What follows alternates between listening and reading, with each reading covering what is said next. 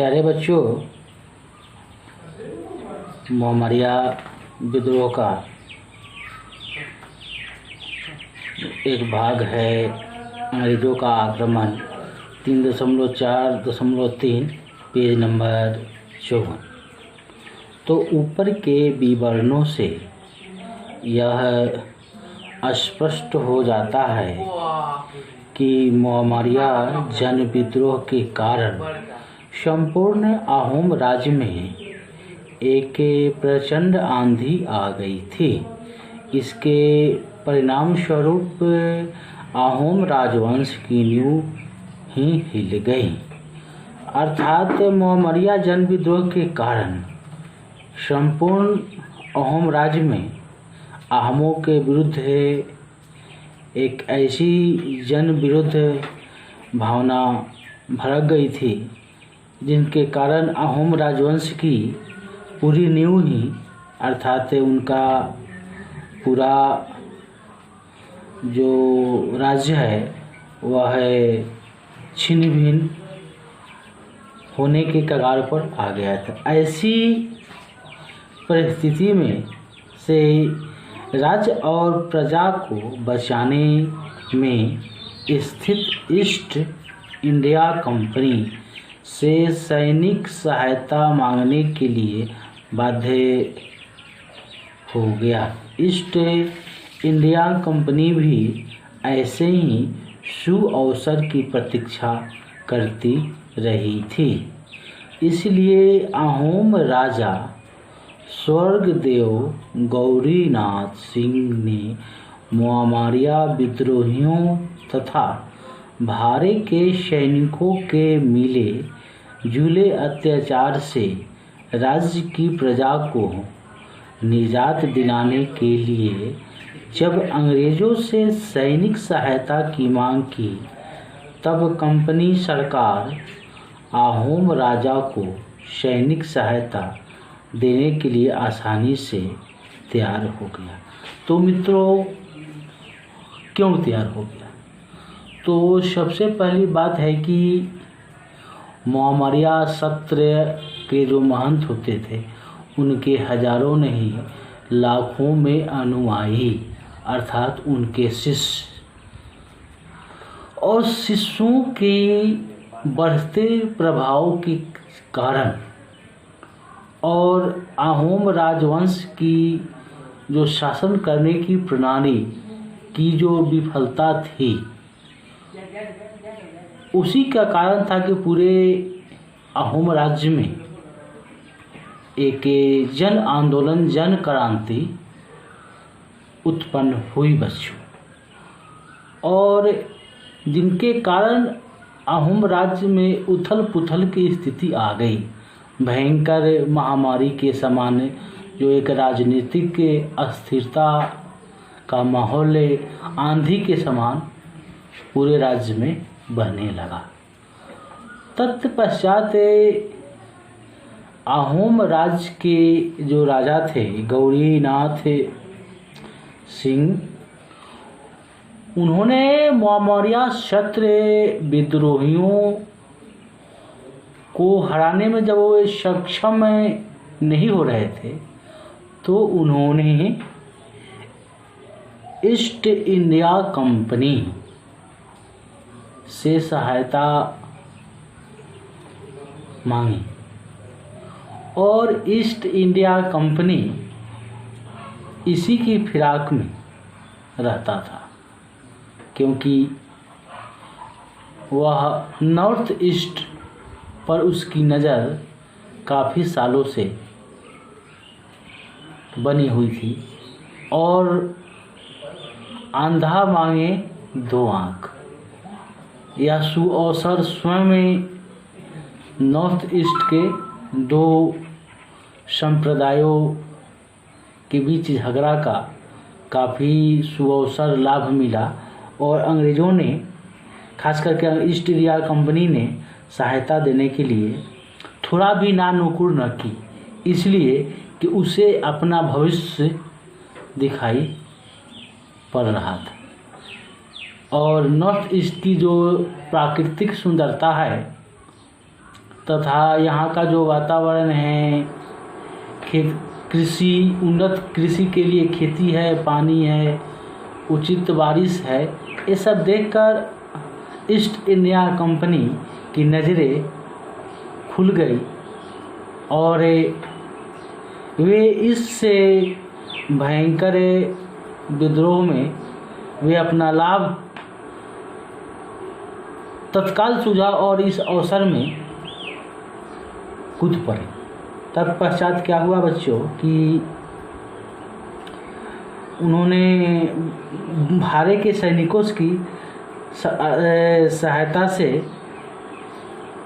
महामरिया विद्रोह को दबाने का उन्होंने प्रयास किया। तत्पश्चात अंग्रेज़ों से सैनिक सहायता की मांग की तथा कंपनी सरकार अहोम राजा को सैनिक सहायता देने के लिए आसानी से तैयार हो गई। असम के बारे में पूरी जानकारी प्राप्त करना और महामरिया विद्रोहियों तथा बरकंद राज भारे के सैनिकों के अत्याचार से राज्य की प्रजा को निजात दिलाना ही अंग्रेज़ों के सैनिक अभियान का उद्देश्य था। तो ऐसी बात है कि महामरिया विद्रोही तथा भारे के सैनिकों के अत्याचार से राज्य की प्रजा को निजात दिलाना ही अंग्रेज़ों के सैनिकों का अभियान का उद्देश्य था। साथ ही अहोम राज को फिर से सिंहासन पर बिठाना भी उनका उद्देश्य था। अंग्रेज़ों के इस सामरिक अभियान का नेतृत्व थॉमस वेल्स ने किया। अंग्रेजी सेना नवंबर 1792 ईस्वी के मध्य से लेकर मई 1794 ईस्वी तक असम में रही। अर्थात अंग्रेजी सेना कैप्टन थॉमस वेल्स के नेतृत्व में तकरीबन 2 साल के आसपास रही। ध्यान देने वाली बात यह है कि अंग्रेज सेना का प्रथम आगमन 1792 ईस्वी में अहोम राजा गौरीनाथ सिंह के आमंत्रण पर हुआ। हम लोग पहले ही जान चुके हैं कि निचले असम के कई राजाओं जो अहोम राजा को कर देते और अहोम राजा के अधीन थे ने अहोम राजवंश का अधीनता स्वीकार कर स्वाधीन हो गए। यानी कि निचले असम के जो भी राजाओं के जो प्रतिनिधि होते थे वे अहोम राजा को अपना राजा मानते थे और उन्हें टैक्स के रूप में, कर के रूप में इन्हें देते थे। लेकिन जब यह उथल पुथल की स्थिति उन्होंने देखी तो कर देना और उनके अधीनस्थ रहना अस्वीकार कर दिया।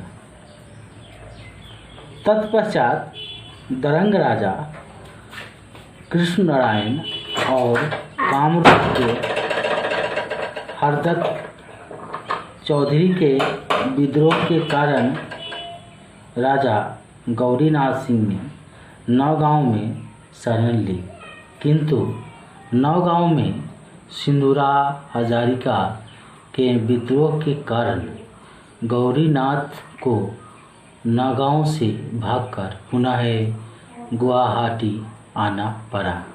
गुवाहाटी का आश्रय भी राजा के लिए अधिक सुखदायक नहीं था। बैरागी राजा के नेतृत्व में कैवर्त संप्रदाय के कुछ लोगों ने